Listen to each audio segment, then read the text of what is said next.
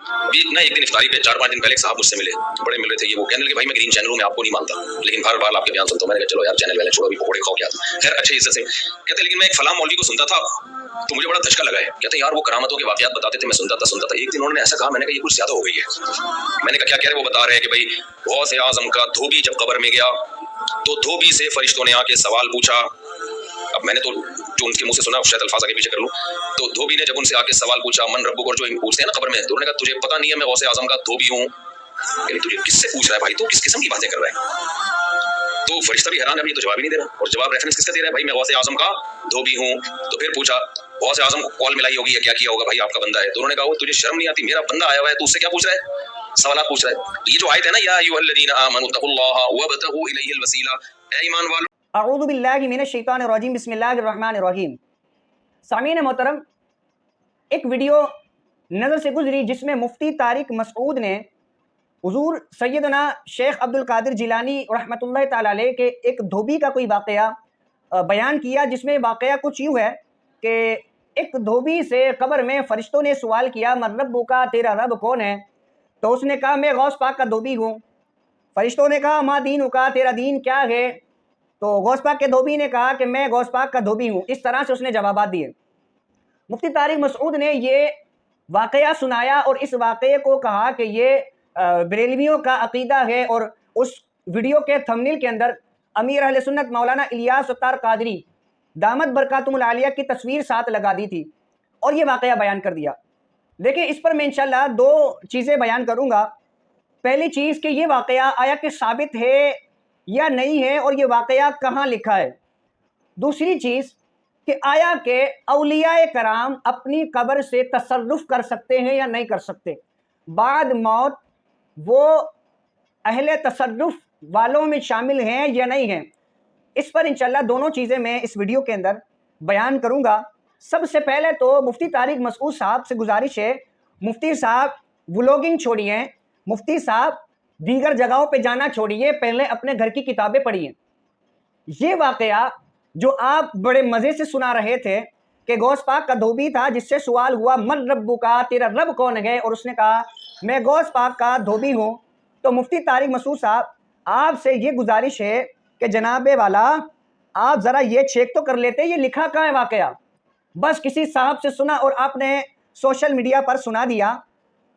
मुफ्ती साहब ये वाक़या हमारी अहले सुन्नत की किसी भी किताब में मौजूद नहीं है, बल्कि ये वाक़या तो आपके अशरफ अली थानवी, जो देवबंद के अकाबिर बड़े अकाबिर में से देवबंद की बुनियाद रखने वाले अशरफ अली थानवी है, उसने अपनी किताब के अंदर ये वाक़या नकल किया। ये मेरे सामने मलफूज़ात हकीमुल उम्मत मौजूद है, ये वाक़या इसके अंदर मौजूद है। आपके सामने स्क्रीन पर ये पूरा वाक़या शो हो रहा होगा। मलफूज़ात हकीमुल उम्मत, जिल्द इसकी 2 है और सफ़ा नंबर इसका 100 है। इसके अंदर पूरा वाक़या लिखा हुआ। इसी तरह ये वाक़या हज़रत थानवी के पसंदीदा वाक़यात किताब, इस किताब के अंदर भी ये वाक़या मौजूद है। इसका सफ़ा नंबर 36 पे यही वाक़या मौजूद है। तो मुफ्ती साहब ये वाक़या तो आपके घर की किताबों के अंदर मौजूद है, ये तो सिर्फ 2 हवाले हैं, मज़ीद भी कुतुब के अंदर सिर्फ अशरफ अली थानवी ने ही 5 से 6 जगह ये वाक़या अपनी किताब के अंदर नकल किया है। और अब रही बात आया कि ये अहले सुन्नत की किसी किताब में मौजूद है। हमारे नज़दीक उलमा या अहले सुन्नत बरेलवियों के नज़दीक इस वाक़े की क्या हैसियत है वो आपके सामने मैं पेश करता हूँ। ये मेरे सामने किताब है फतावा फ़क़ीह मिल्लत, जिल्द 2 सफ़ा नंबर 411। यहाँ पर यह वाक़या सवाल हुआ, क्या फरमाते हैं उलमाए दीन और मुफ्तियान शरअ मतीन इस मसले के बारे में कि जमात अहले सुन्नत के स्टेज से ये रिवायत बयान की गई है कि हज़रत सैयदना शेख अब्दुल कादिर जिलानी रदी अल्लाह तआला अन्हु का एक धोबी था, जब उसका इंतकाल हो गया और सवाल और जवाब के लिए मुनकर नकीर फरिश्ते कब्र में तशरीफ़ लाए और पहला सवाल मन रब्बुका किया, तो उसने जवाब में गौसे पाक या गौसे पाक का धोबी हूँ। इसी तरह बाकी दोनों सवाल के जवाब में भी उसने यही बातें की। तो इस वाक़े की क्या हैसियत है, इधर यहाँ पर सवाल हुआ आया कि ये रिवायत साबित है या नहीं है। इस पर जलालुद्दीन अमजदी साहब नकल करते हैं जवाब के अंदर कि रिवायत मज़कूरा बेअसल है। मुफ्ती तारिक मसऊद साहब हमारे नज़दीक ये रिवायत बेअसल है, इसकी असल ही मौजूद नहीं है। आगे लिखते हैं کہ اس کا بیان کرنا درست نہیں، لہذا جس نے اسے بیان کیا وہ اس سے رجوع کرے اور آئندہ اس روایت کے نہ بیان کرنے کا عہد کرے۔ اگر وہ ایسا نہ کرے تو کسی معتمد کتاب سے اس روایت کو ثابت کرے۔ میں ان علماء سے گزارش کرتا ہوں، علامہ کوکب نورانی صاحب ہوں، مفتی حنیف قریشی ہو اور پیر اجمل رضا قادری صاحب ہوں، یا جس نے اس کو بطور الزام اگر کیا تو وہ الگ بات ہے، لیکن اگر اس کو اسی طرح بیان کر دیا کہ یہ واقعہ ثابت ہے، اس طرح اگر بیان کیا تو ان کو چاہیے کہ وہ اس سے رجوع کریں۔ لیکن اگر وہ انہوں نے بطور الزام کے طور پہ اس چیز کو بیان کیا کہ بھائی دیکھیں اشرف علی تھانوی نے اپنی کتاب میں یہ واقعہ نقل کیا اور شیخ عبد القادر جیلانی کو غوث اعظم لکھا، اس طرح اگر انہوں نے بیان کیا ہے تو اس میں کوئی حرج نہیں۔ بہرحال ان کو یہ چاہیے تھا کہ ساتھ ساتھ یہ بھی بتا دے کہ اہل سنت کے نزدیک اس روایت کی کوئی حیثیت نہیں ہے۔ یہ تھا ایک حوالہ۔ دوسرا حوالہ فتویٰ یورپ، آپ اس کو دیکھیں، مفتی عبد الواحد قادری صاحب ہیں اس کے مصنف، ادھر بھی اسی طرح کا سوال ہوا تو آپ نے کہا کہ غالباً یہی واقعہ یا اس کے مثل تفریغ الخاطر میں ہے، لیکن اس کے بیان کرنے میں تحقیق ضروری ہے، بیان کرنے میں تحقیق ضروری ہے۔ آگے لکھتے ہیں یوں ہی مبہم طور پر بلا توضیح کے بیان کرنا خلاف احتیاط ہے جس سے بچنا ضروری ہے۔ اسی طرح امام الاولیاء کتاب، یہ محمد اجمل عطاری قادری صاحب کی کتاب ہے، اس کے صفحہ نمبر 69 اور 70 پر یہی سوال ہوا کہ غوث پاک رحمۃ اللہ تعالیٰ علیہ کے دھوبی کے حوالے سے، تو ادھر بھی جواب دیا یہ روایت مذکورہ بے اصل ہے، اس کا بیان کرنا درست نہیں۔ یہ 3 حوالے ہو گئے۔ اسی طرح فتاوی شارح بخاری کے اندر اس واقعے پر تفصیلی بات موجود ہے، اس کے صفحہ نمبر 123، 124، 125، 126، 127 تک اس پر تفصیلی گفتگو کی گئی ہے۔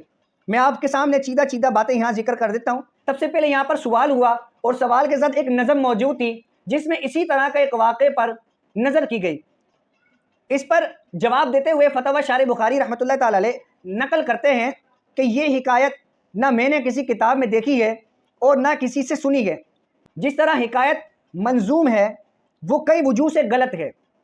اولاً قبر میں یہ سوال ہی نہیں ہوگا تو کس کا امتی ہے، سوال ہو تو یہ ہوگا ما تقول فی ھذا الرجل، کہ حضور اقدس صلی اللہ علیہ وسلم کی طرف اشارہ کر کے پوچھا جائے گا کہ ان کے بارے میں کیا کہتا ہے۔